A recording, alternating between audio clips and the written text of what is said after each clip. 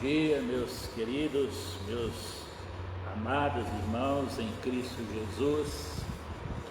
Este é o dia que o Senhor fez para que nos alegremos e nos jubilemos nele a cada dia, sejamos felizes, porque o Senhor nos deu mais um dia na nossa existência. Que a graça e a paz de Jesus, que excede todo entendimento, esteja sobre a sua vida, sobre a sua família, neste domingo. Sou o pastor Paulo César de Carvalho, pastor da Primeira Igreja Batista do bairro Industrial em Contagem, Minas Gerais. Esse momento matinal nós chamamos aqui de Escola Encontro com a Palavra.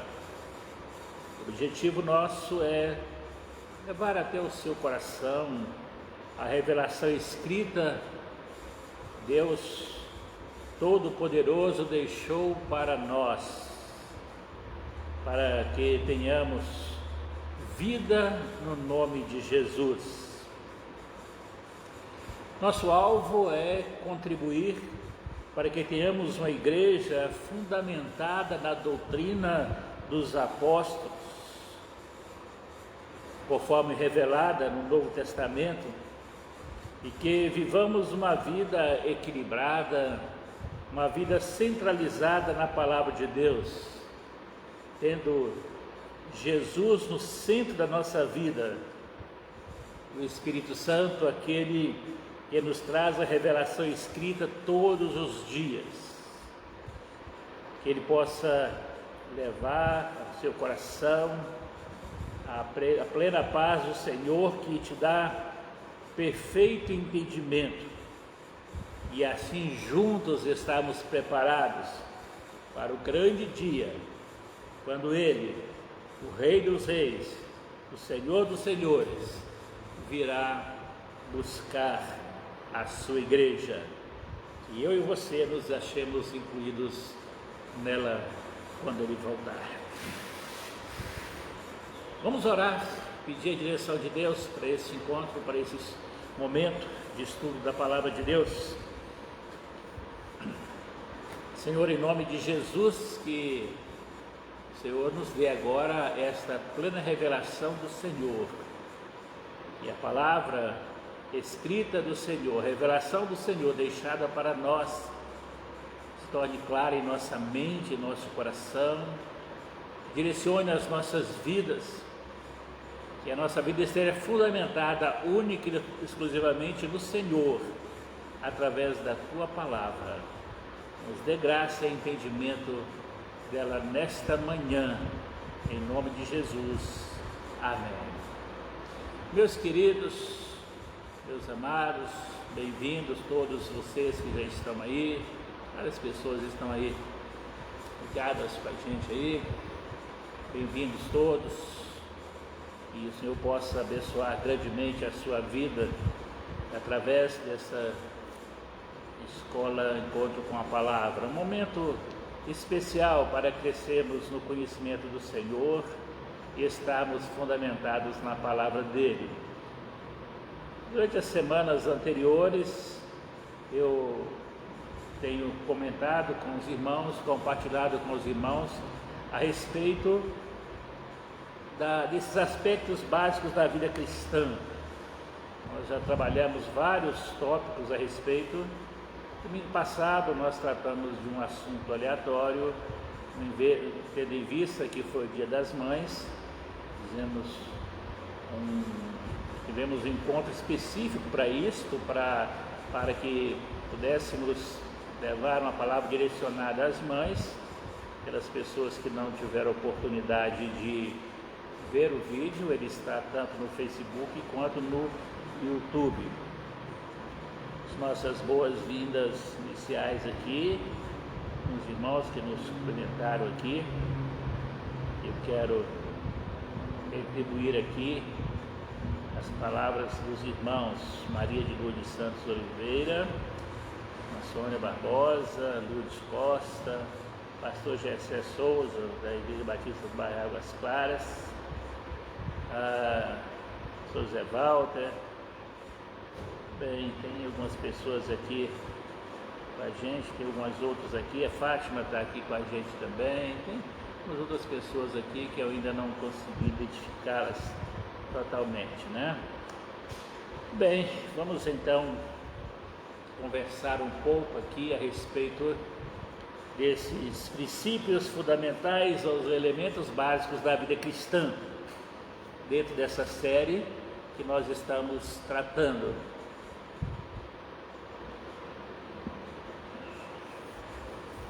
Nós vimos nas semanas anteriores que nós precisamos então estar fundamentando as nossas vidas na palavra de Deus, naquilo que ela nos revela sobre o poder do sangue de Jesus Cristo. Nós tratamos algumas questões, não entramos naquelas questões ali das simbologias do Velho Testamento, do sacrifício das ovelhas, a questão do sacrifício ali do Velho Testamento.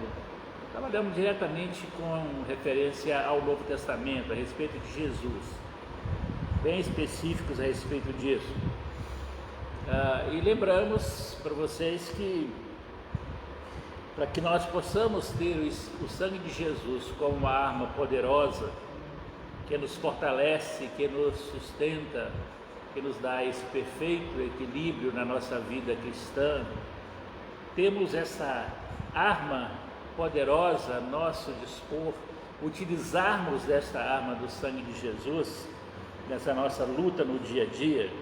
Nós devemos entender que existem 3 áreas específicas que nós precisamos voltar para elas. Primeiro, entender que o nosso pecado gerou a separação de Deus. E somente o sangue de Jesus Cristo pode nos trazer para perto de Deus novamente. Tratamos sobre isso algumas semanas atrás, os vídeos também estão publicados ali.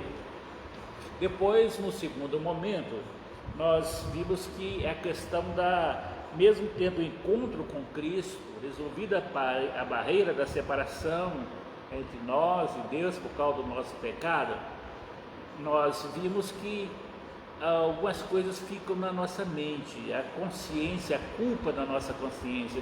E nós vimos naquelas semanas anteriores aos Dia das Mães como tratar a questão da culpa. Quando você continua no seu dia a dia tendo essa questão da culpa, como que você trata dela? Como que o sangue de Jesus se aplica para te libertar na sua consciência por causa dos seus pecados, por causa da sua separação de Deus? Então, nós tratamos ali também, abordamos alguns textos bíblicos. Então, se você quiser se aprofundar um pouco mais nisso, também assista os vídeos que estão ali publicados. E hoje eu quero tratar desse terceiro aspecto do sangue de Jesus. Que ele poderia ter muitos outros para serem tratados, né? Mas de uma forma bem prática, para a gente entender essa questão de forma geral, do poder do sangue de Jesus na nossa vida, eu quero tratar hoje de uma questão que ela nos afeta diretamente em todo momento da nossa vida, o tempo todo, que é a questão das acusações que Satanás nos faz. Como tratar delas? Como o sangue de Jesus se aplica aqui para tratarmos dessas acusações do diabo sobre a nossa vida e vencermos essas acusações que são nos feitas continuamente por ele. Então vamos conversar sobre esse terceiro ponto hoje com você. Quando nós pensamos nisso, nós temos que, primeira coisa, ter em mente que mesmo depois de confessar e aplicar o sangue de Jesus à nossa vida, em alguns momentos algum sentimento interior ruim permanece na nossa vida. Quando isso permanece, surgem algumas perguntas. Será que eu não fui perdoado do meu pecado? Ou será que realmente o sangue de Jesus ele é suficiente para isso? Funciona mesmo? O que mais eu preciso fazer para que isso possa mudar? O que mais é necessário? Então, a essas questões a gente vai responder a partir das nossas argumentações com você nesta manhã. Esses sentimentos que vêm à nossa mente, esses pensamentos, a origem deles nós sabemos que sempre são originários na própria ação de Satanás. Ele é aquele acusador. A Bíblia diz que ele, Apocalipse 12, versículo 10, diz assim: o acusador dos nossos irmãos, o que os acusa dia e noite diante de Deus. Ou seja, o fato de você ter tido encontro com Cristo e o sangue de Jesus Cristo ter purificado os seus pecados, ter libertado a sua consciência, a culpa, tirado a culpa da sua consciência, Satanás vai continuar procurando uma forma para atingir você. Ele não se dará por vencido, porque até então você servia a ele com todas as suas forças. De repente você deixa de servi-lo para servir a Jesus. Então ali cria-se aquela batalha, aquela guerra entre luz e trevas, para tentar resgatar você. Ele não vai sossegar enquanto ele não conseguir isso. Então, e como nós temos o poder do sangue de Jesus em nossa vida, o que significa? Que quando nós entregamos a nossa vida para Jesus, Jesus nos diz que nós estamos guardados por Ele, Ele conhece as suas ovelhas. Ele diz que o ladrão viria para matar, roubar e destruir. Ele disse que tudo isso aconteceria, mas ele diz: olha, eu estarei com vocês todos os dias até a consumação dos séculos. Então, o que nós precisamos ter em mente que a acusação de Satanás é realmente algo que incomoda as pessoas. Ninguém gosta de ser acusado de nada, Quando você, no seu dia a dia, nos relacionamentos, você é acusado de ter feito alguma coisa, isso machuca, isso incomoda. E o diabo sabe que essa questão de nós não sermos assim muito resistentes à acusação faz com que ele utilize dessa arma da acusação para tentar nos atingir e nos desestimular na nossa vida cristã. Aí nós perdemos o vigor espiritual, aí nós perdemos a comunhão com os nossos irmãos, aí nós deixamos de estar na igreja, aí nós deixamos de orar, deixamos de ler a palavra de Deus, deixamos de contribuir financeiramente na vida da igreja, porque essa forma dele nos acusar, ela mina as nossas forças, ela nos esgota na nossa vida, e nós começamos a sentir rejeitados ou alguma coisa assim, quando nós damos lugar a essa acusação. Então, essa é a questão que eu quero que a gente converse nesta manhã, que você acompanhe nesta manhã, é que nós temos que resistir a essa acusação. E a forma de resistir a essa acusação é pelo poder do sangue de Jesus. Satanás, ele como inimigo de Deus, ele gasta talvez a maior parte do seu tempo nos acusando. Por quê? Aqueles que pertencem a ele não tem muito o que fazer. Ele vai dando sua corda para eles se afundarem cada vez mais, se enforcarem cada vez mais na vida do pecado, Agora, quanto aos filhos de Deus, ele quer reconquistá-los. Nesse desejo de reconquista, então ele utiliza dessa acusação. Então o texto nos mostra que é dia e noite.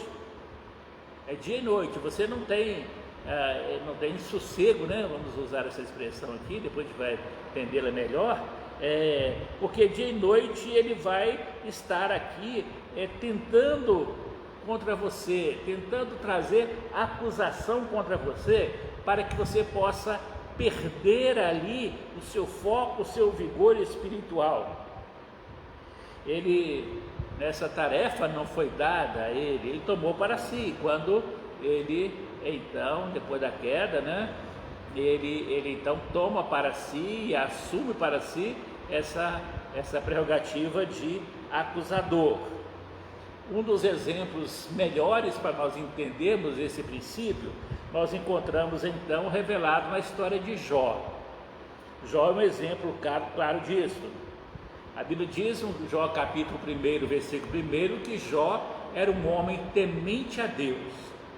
Tão temente que ele orava continuamente pelos seus filhos. A cada semana, quando seus filhos se encontravam nas reuniões familiares, depois ele oferecia sacrifícios pelos seus filhos, para que, se houvessem cometido algum pecado, eles fossem então perdoados, para que não houvesse nenhum mal contra eles. Contudo, a Bíblia diz que Satanás compareceu, ou foi então diante de Deus para acusar Jó. E veja o que ele diz em Jó capítulo 1, versículos 9 ao versículo 11. Eu vou ler aqui e depois você pode acompanhar na sua Bíblia, se você assim o desejar. Contudo, então vejamos aqui, será que Jó teme a Deus sem intenções? Por acaso tu não o tens protegido de todos os modos, a ele, a sua família e tudo que ele tem? Tu tens abençoado a obra das suas mãos, e os seus bens se multiplicam sobre a terra.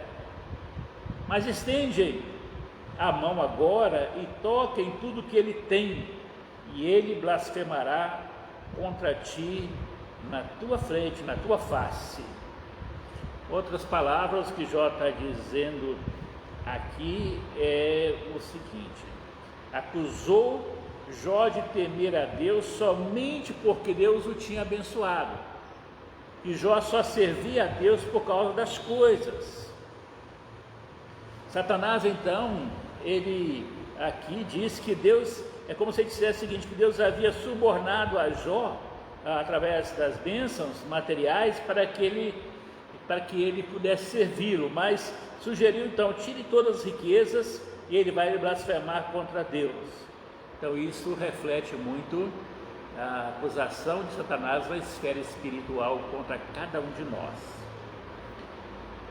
Se Jó, sendo homem temente a Deus, foi acusado, perdeu tudo que ele tinha, perdeu seus próprios filhos, suas propriedades, sua saúde, chegou a um estado de saúde deplorável, que sua mulher sugere para que ele amaldiçoasse a Deus e suicidasse.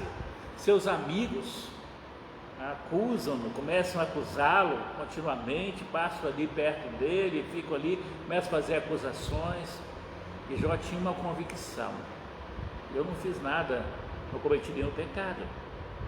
Deus deu, Deus tomou, louvado seja o nome do Senhor, foi a expressão de Jó.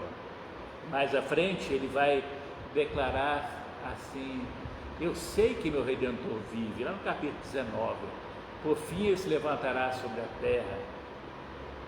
Então vejam, ele tinha uma expressão de fé mesmo nos momentos difíceis, que através de uma intervenção maligna na vida dele, Deus permitiu que isso ocorresse. Ele manteve a sua integridade e Deus vai recompensar depois. No capítulo 42 você pode acompanhar lá depois, né? Então vejam que essa forma de Satanás acusar Jó reflete muito aquilo que ele faz então contra nós. Então nós precisamos ter essa plena convicção de que nós somos atacados por ele dia e noite. Dia e noite, não há trégua. Então nós temos que estar protegidos para que ele não nos cause dano qualquer. Tem um texto no livro de Zacarias que fala sobre o sumo sacerdote Josué. que esse sumo sacerdote esteve perante Deus e Satanás estava à sua direita para lhe opor. Zacarias capítulo 3, versículo 1. O versículo 3 diz que ele estava trajado de vestes sujas, falando aqui talvez da condição lamentável, pecaminosa. Quantas vezes, meus queridos irmãos, a nossa condição, aquilo que nós vivemos no dia a dia, não dá oportunidade para que Satanás nos ataque. Quantos pecados não confessados, quantas atitudes erradas, quantos momentos que nós deixamos de orar, de estudar a palavra de Deus, de congregar com os nossos irmãos, de fazer parte da comunhão do corpo de Cristo a cada dia, e nós abrimos ali uma brecha para que ele possa nos acusar. Ele não vai dar sossego. Se você ficar longe do corpo de Cristo, meu querido, você se torna uma presa fácil. Lembre o seguinte, a Bíblia fala sobre as ovelhas do pastor. Ele pega essas ovelhas e coloca num lugar seguro para que não seja atacada pelos lobos ferozes. Se você não estiver cercado por esse curral, por esse lugar onde traz proteção, para que o lobo ali não entre e ataque, você fica vulnerável. No campo aberto você está vulnerável, mas junto com seus irmãos você encontra ali o apoio, o cuidado, a proteção. Então, mesmo com esse tempo de pandemia, com essas dificuldades, você precisa buscar meios para você estar perto dos irmãos no corpo de Cristo. Então, fica aqui o desafio para que você possa buscar essa proximidade o mais rápido possível. Então, eu preciso que você esteja então preparado a cada momento, não deixando nenhuma brecha na sua vida para que ele possa usar dela e trazer para a sua vida algum tipo de acusação. Meus queridos, nada causa mais debilidade a um cristão do que as acusações. Nós falamos sobre isso agora há pouco, né? E sempre que você dá ouvidos à acusação de Satanás, você fica completamente impotente, fragilizado, totalmente fragilizado. É como se toda a força tivesse sido drenada de dentro de você, como se toda a força interior que você tinha tivesse sido drenada lá do seu espírito. Um cristão sob acusação acha difícil ele ter comunhão com os outros irmãos, ele acha mais difícil ainda orar, ele sente como se ele estivesse sentindo tão culpado que ele não pode chegar diante de Deus, tem dificuldade para se aproximar-se diante de Deus, e tudo isso, meus queridos, são sutilezas de Satanás. Paulo fala sobre isso, que ele viria agindo com sutilezas para que pudesse nos atingir. Aquela figura mitológica do Satanás como um ser vestido de vermelho, com um tridente e usando uma voz totalmente distorcida, essa figura, ela causa pavor. E a Bíblia diz que o diabo ele não se manifesta de forma que causa pavor. Ele não sai gritando aí, eu sou o diabo. Não, ele não faz isso. Ele vai chegar perto de você de forma sutil. A Bíblia diz que ele se transfigura em anjo de luz e muito mais. E ele estaria enganando, se possível fosse, enganaria até os escolhidos. Ele não dá sossego, meus queridos. Nós que temos que estar preparados para esse tempo, não podemos estar desarmados nesses momentos.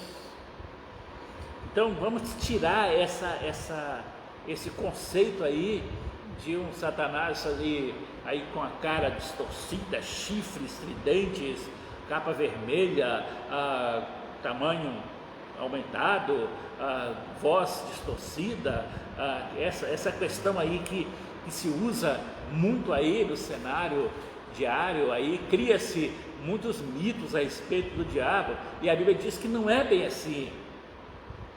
A Bíblia diz que o diabo não age dessa forma. Ele vai usar meios para se tornar atrativo para você. Ele vai chegar de forma sutil, atrativa, agradável, mostrando o pecado como se fosse uma coisa boa. Estar longe da igreja, dos irmãos, como se fosse uma coisa natural. Deixar de ser fiel ao Senhor com o seu tempo, com as suas orações, com a sua leitura bíblica, com os seus dízimos, deixar isso, não tem problema. Criou-se uma linguagem aí, muito diabólica, né? Vindo dele, né? Mesmo, o diabo mesmo, dizendo assim: todo mundo faz isso, eu também posso fazer. Isso é diabólico, meus irmãos. Por isso que a Bíblia diz que a porta para o reino dos céus, ela é estreita e o caminho é apertado, e são poucos os que vão entrar por essa porta. São poucos, exatamente por causa deste todo mundo faz. Eu também posso fazer. Nem todo mundo faz. Nem todos fizeram. Então isso é uma forma do próprio diabo já trabalhar a sua mente para você fazer as coisas erradas. Porque se todos fazem, eu também posso fazer, então eu vou fazer. Então, meu querido, o que eu quero lembrar a você nesta manhã, que o diabo ele vai utilizar então de todas essas sutilezas para te atrair. Ele não se dá por vencido. Em Apocalipse capítulo 12, versículo 12, diz assim: que o diabo desceu até vós com grande ira, sabendo que ele tem pouco tempo. Então, quando você tem pouco tempo para desenvolver uma tarefa, o que você faz?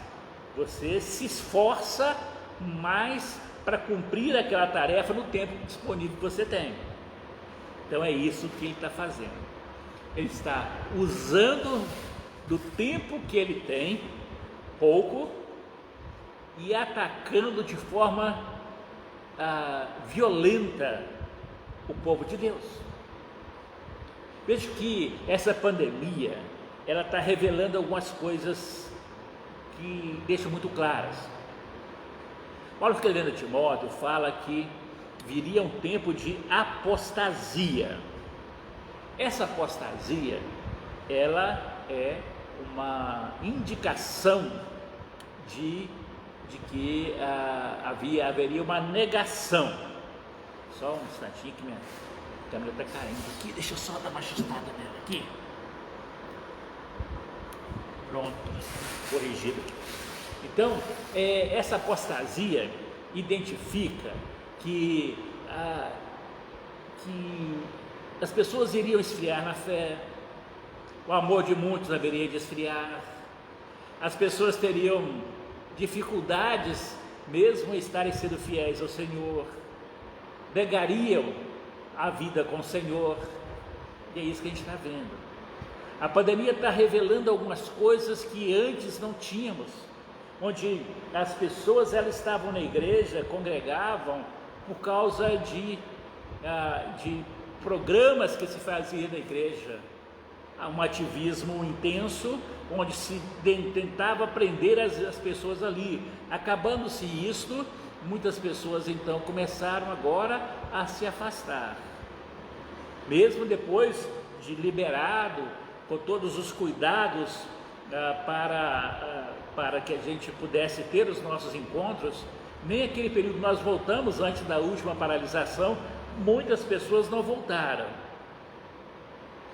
Medo do vírus, alguns poucos, talvez a maior parte, a comodidade mesmo, o amor esfriando. Sabe por que eu falo para você que é comodidade? Porque se fosse por problemas relacionados à questão do medo com o vírus, as pessoas não estariam indo em outros lugares. Nós saímos nas ruas, encontramos com as pessoas nas ruas. Nós vemos em todos os lugares que nós passamos as aglomerações. Nós vemos reuniões familiares onde as pessoas juntam todos no mesmo lugar. Pessoas que estão vivendo lugares diferentes um do outro, mas se aglomeram nas reuniões familiares. Nós vemos também a questão das filas dos bancos, mercados, nas lojas, né? Está tudo ali muito fixo ali. De novo aqui, escorregando aqui, mas já vai chegar lá uma coisa aqui. Então, quando a gente vê isso, meus queridos irmãos, nós vemos que o fato das pessoas não estarem congregando não tem nada a ver com o vírus. Por quê? O templo, ele foi ventilado, os lugares já estão demarcados, separados, não há aglomerações, fazemos o culto, quando termina, vai todo mundo embora. Você fica mais distante dentro do templo do que você fica em outros lugares. Você pega ônibus, você locomove para outros lugares, você vai aos médicos, você vai aos laboratórios, faz seu exame. Então, você tem mais proximidade e riscos lá fora do que aqui dentro.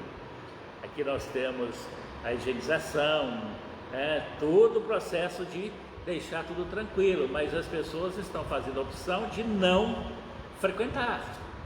Acomodaram-se com a não frequência, e como a gente pode assistir em casa, né? Então tem a transmissão ao vivo, então eu posso assistir de casa, estou cultuando da mesma forma. Não, meu querido. A igreja está reunida na sua casa, mas a igreja precisa reunir também no templo. E a Bíblia diz que eles se reuniam no templo e nas casas. E o Senhor acrescentava à igreja que iam sendo salvos. Será que o diabo não está se aproveitando dessa pandemia para trazer essa frieza para você, essa indiferença? Então é preciso que a gente tome algumas medidas para não deixar que ele possa ser vencedor contra nós. Nós temos que tomar atitudes. Existe aquela questão que são ações práticas que nós temos que fazer na nossa vida. Se nós não tomarmos a atitude de falar assim, não, como eu vou a outros lugares, eu posso fazer, e a igreja também, eu vou tomar todos os cuidados. Não é assim que a pessoa fala? Não, eu vou ali, mas eu vou tomar todos os cuidados. Se você pode tomar os cuidados em outros lugares, também você pode tomar os cuidados aqui dentro. Então, quero desafiar você a vencer essa guerra contra o diabo. Não deixe ele te esfriar. Não deixe ele tirar a força espiritual sua, o seu vigor espiritual. Não deixe ele te esfriar da sua comunhão. Precisamos estar juntos. Comunhão é estar junto. Não existe comunhão longe, meus queridos. Nós temos a igreja funcionando através das casas por causa da pandemia e tudo mais, né? A igreja não fechou as portas, né? Através desse entendimento, mas o templo é o lugar estabelecido para nos reunirmos.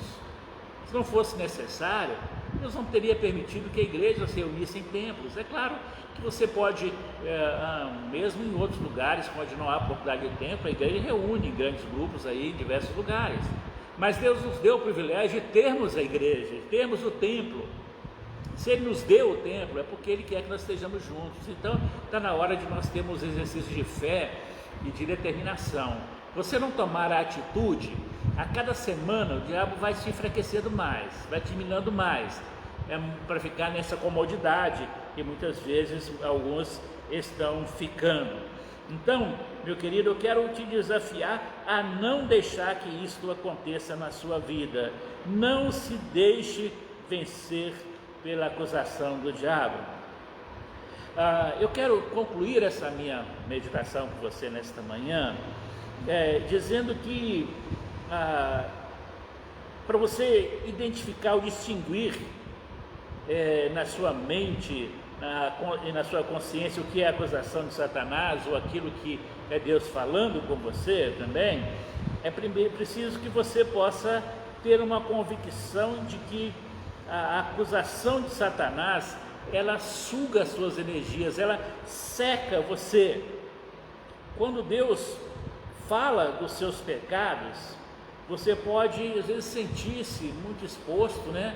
Mas Ele fala no sentido de você confessar os seus pecados, para que você seja estimulado a renovar as suas forças, a comparecer diante do Senhor, confessar o seu pecado, ser renovado nas suas forças e dar continuidade na sua trajetória cristã.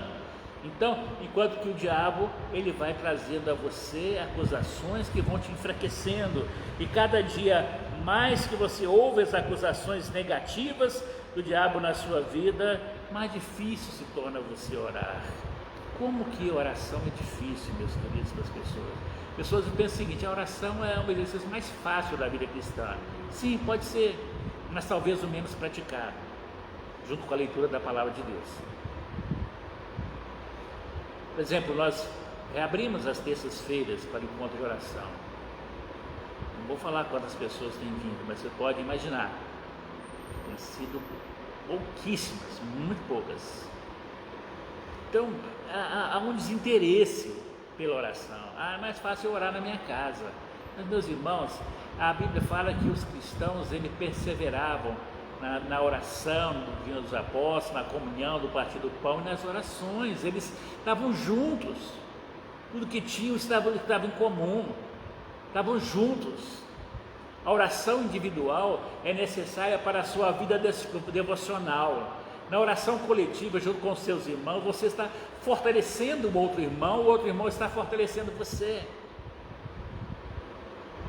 Deus não nos fez seres solitários, nos fez seres que precisam da companhia, não precisam da presença, do estar juntos.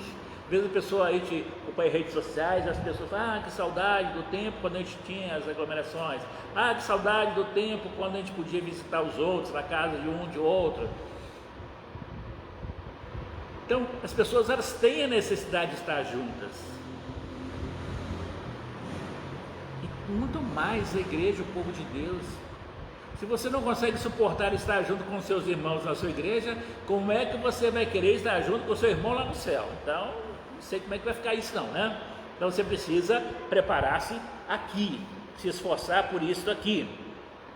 Uma outra coisa importante, meus irmãos, nessa parte final, é que Deus, quando Ele mostra algo na sua vida, e não é Satanás que está mostrando, que é Deus que está te mostrando, Ele é específico. Ele diz para você: olha, vem à sua mente exatamente aquilo que você fez. Olha, eu menti, eu falei isso, eu xinguei isso, eu fui desonesto nisso, eu fui imoral nisso. Então, o Espírito Santo, ele traz à sua mente aquilo que você fez, para que você confesse. O diabo, ele apresenta de forma generalizada, só lembrando que você é derrotado, que você não é fiel ao Senhor, que você não tem condições de ser filho de Deus. Quando Deus fala, Ele é específico com você e é positivo com você, mas quando é Satanás te acusando, normalmente ele é geral, bem genérico naquilo que ele faz. E também, quando você, uma terceira forma de você entender a respeito disso é você não deixar de que qualquer sentimento desconfortável permaneça em você depois que você confessou o seu pecado a Deus. Você já confessou, então não deixe que aquilo que você já confessou volte à sua mente. Se você confessou alguma coisa, aquilo voltou à sua mente, significa então que é o diabo trazendo acusação contra você. Porque a Bíblia fala o seguinte: aquele que confessa os seus pecados e os deixa, alcançará a misericórdia. Então Deus já recebeu o seu pecado, então você não pode continuar trazendo acusação contra você, trazendo aquilo que você já fez no seu passado, porque quando você faz isso, na verdade é o diabo que está trazendo a acusação contra você. Então você não tem necessidade de clamar pelo sangue de Jesus por a mesma coisa várias vezes. Você já foi perdoado por aquilo que você confessou, então a sua conta está paga. Se a conta foi paga com o sangue de Jesus, você não tem que ficar trazendo essa mesma conta de volta.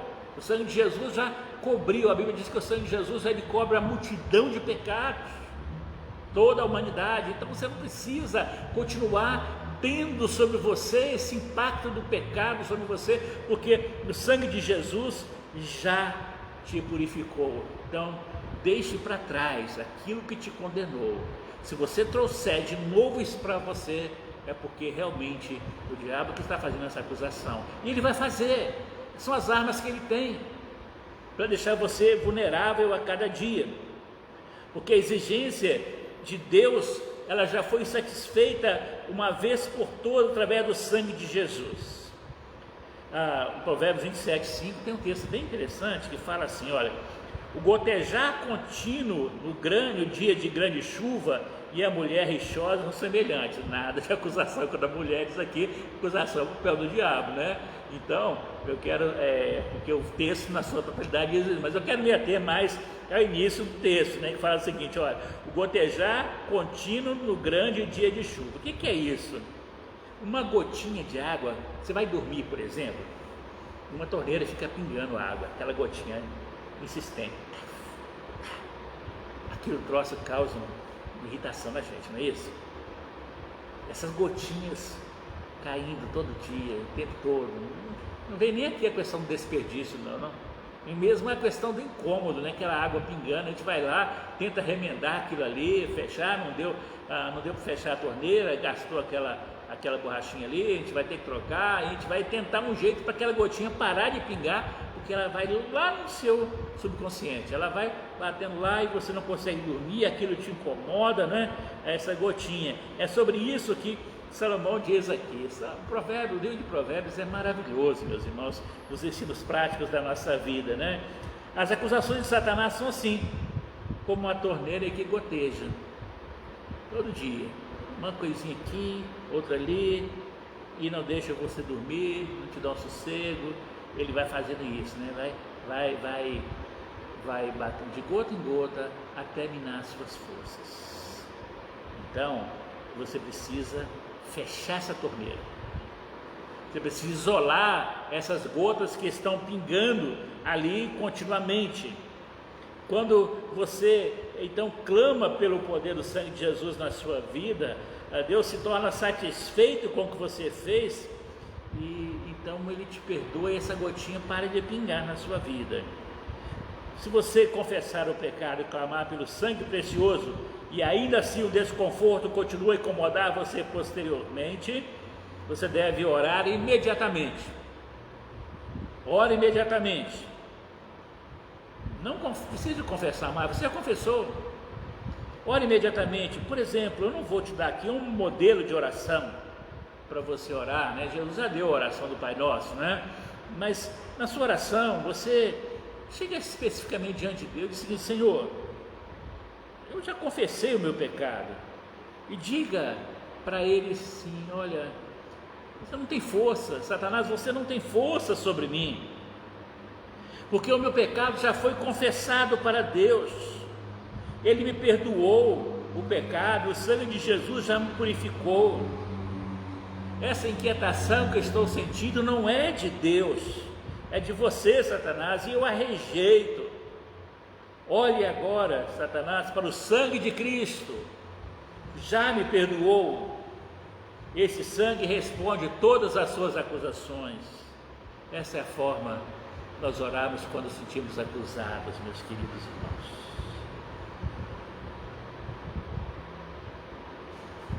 Em Apocalipse 12, 10 e 11, seguinte: que foi expulso o acusador de nossos irmãos. Eles o venceram por causa do Cordeiro e por causa da palavra do seu testemunho. A palavra do seu testemunho fez com que você vencesse o poder de Satanás. A vida cristã é uma guerra contínua, meus queridos. 1 Pedro 5,8 diz: Satanás, ele está ao nosso redor como leão, rugindo, procurando alguém que possa devorar. Ele está procurando o tempo todo. Não seja você a presa dele, mas que você use essa arma do sangue de Jesus para vencer o poder de Satanás sobre a sua vida. Amém? Que Ele te renove, que Ele dê forças. Você tome atitudes. Faça o que precisa ser feito na sua vida. Tem acusação contra você e você já confessou o Senhor. Repreenda o poder de Satanás na sua vida, porque o poder do sangue de Jesus que te perdoou, purificou, te dá essa autoridade. Você não precisa de um terceiro para fazer isso, é você mesmo que vai fazer. É você mesmo, repreenda isso. Não deixe que ele possa atuar na sua vida, trazendo tantas acusações contra você. Está na hora de você reagir a isso. Está na hora de você deixar a acusação de lado. Está na hora de você sentir derrotado. Reaja. Procure se envolver na obra do Senhor. Procure meios para você ser útil servindo ao Senhor na sua casa. Testemunhe para as pessoas, para os seus vizinhos. Fale sobre esse poder do sangue de Jesus. Nós falamos aqui nesta manhã. Fale com seus vizinhos, com seus amigos sobre isso. Esse tema que eu tratei hoje com você, ele é um ótimo plano para você levar a palavra transformadora para as pessoas, o Evangelho Salvador de Jesus. Porque através desse poder de Jesus, do sangue de Jesus, às vezes muito incompreendido pelas pessoas, que eles vão encontrar também a forma de se encontrar com Jesus, como você também. Então, vença, leve outros a vencer com você. Seja uma referência na sua casa, no seu trabalho. Glorifique o nome do Senhor na sua vida a cada dia. Não se deixe vencer pelo mal, diz a palavra de Deus, mas vença o mal com o bem. Que Ele te abençoe e te guarde. Amém? Vamos orar. Senhor, a Tua palavra que nós aprendemos nesta manhã, e nós precisamos discernimento espiritual para entendimento dela. Não deixe que seja somente mais um dia, mais um momento onde nós ouvimos alguns ensinamentos, mas seja um momento de mudança, de reação dos seus filhos, Pai. Seja um momento de atitudes na vida dos seus filhos, que vença a acusação de Satanás pelo poder do sangue de Jesus, e cada um possa ter essa autoridade espiritual para repreender a ação de Satanás na sua própria vida, na sua mente, no seu pensamento, no seu corpo, na sua vida, na sua casa. Pai, em nome de Jesus, que todo o mal seja repreendido nesta vida, neste momento, Pai. Tudo aquilo, Deus, Satanás tem utilizado para minar as forças dos seus filhos, Pai, em nome de Jesus, dá poder e capacidade aos seus filhos de reação, de ter um novo tempo, novas atitudes na Tua presença, Pai. Em nome de Jesus, nos dê um dia em paz na Tua presença, Pai. Nos guarde, nos protege de todo o mal que nos cerca a todo momento da nossa vida. Que a nossa fé esteja firmada no Senhor. Prepare-nos para este dia, para o culto desta noite presencial. Que o Senhor possa abençoar os Teus filhos, que eles tenham esse despertamento do Senhor para estarem reunidos como igreja na Tua presença. Em nome de Jesus, meu Pai, manifeste a Tua graça, o Teu poder sobre cada um de nós, em nome de Jesus. Amém, Senhor. Amém. Meus queridos e meus amados irmãos em Cristo Jesus, nós estamos então aqui chegando ao final de mais uma aula dessa escola bíblica Encontro com a Palavra. Próximo domingo, nesse horário, 10h15, mais ou menos, nós voltamos. Às vezes passa um pouquinho, nós esperamos encerrar a EBD presencial para entrarmos com esse estudo online. Então, você fica ligado aí que a partir desse horário, 10h15, está chegando até você. E também, lembrando aos irmãos aqui da igreja também, hoje nosso culto começa às 18h30. Lembre que nós fizemos essa mudança devido ao decreto municipal. Depois até 20 horas nós temos que estar com o templo já para as atividades encerradas, tá bom? Então, 18h30 pontualmente nós iniciamos então o nosso encontro. Que Deus te abençoe, te guarde, dê um domingo muito abençoado, te sustente, te fortaleça, te renove a cada momento no nome de Jesus. Grande abraço, até um próximo encontro, em nome de Jesus.